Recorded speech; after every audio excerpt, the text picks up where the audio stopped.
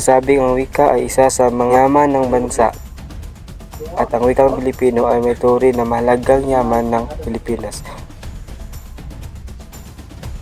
Ang wikang ito ay natatangi sa atin at nagsisilbing pagkakakilanlan natin sa anumang panig ng daigdig tayo magtungo. Ang wikang Pilipino ay isa rin sa mga sumisimbolo sa kultura nating mga Pilipino na kung sino tayo at ano tayo.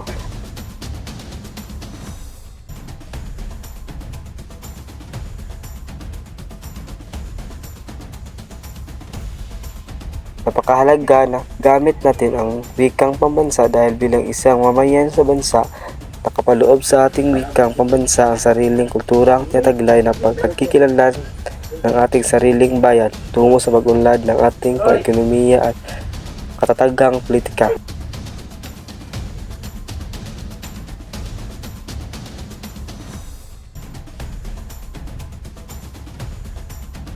Napakahalaga ang wikang Pilipino sa atin sapagkat napakalaki papel na maaaring gampanan nito upang panatili ang isang pambansang kamulatan at pagkakakilanlan.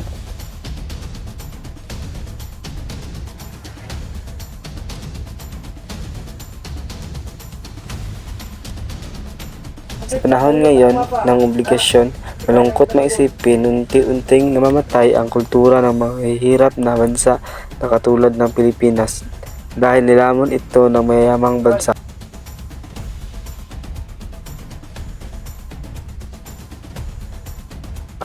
Walang masama sa obligasyon, ngunit bago sana tayo lubusang lumahok dito ay dapat muna natin tiyakin na matatag na ang pundasyon ng wikang Pilipino na tunay ngang nag-ugat na ito sa puso at diwa natin dahil ito ang magsisilbing mukha at kaluluwas natin sa mundo.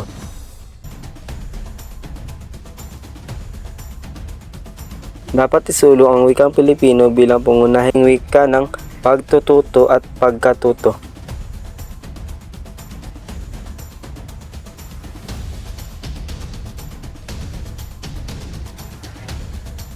Ipagtanggol ang papaunlad ng iba pang wikang reliyon upang magiging katuwang nito.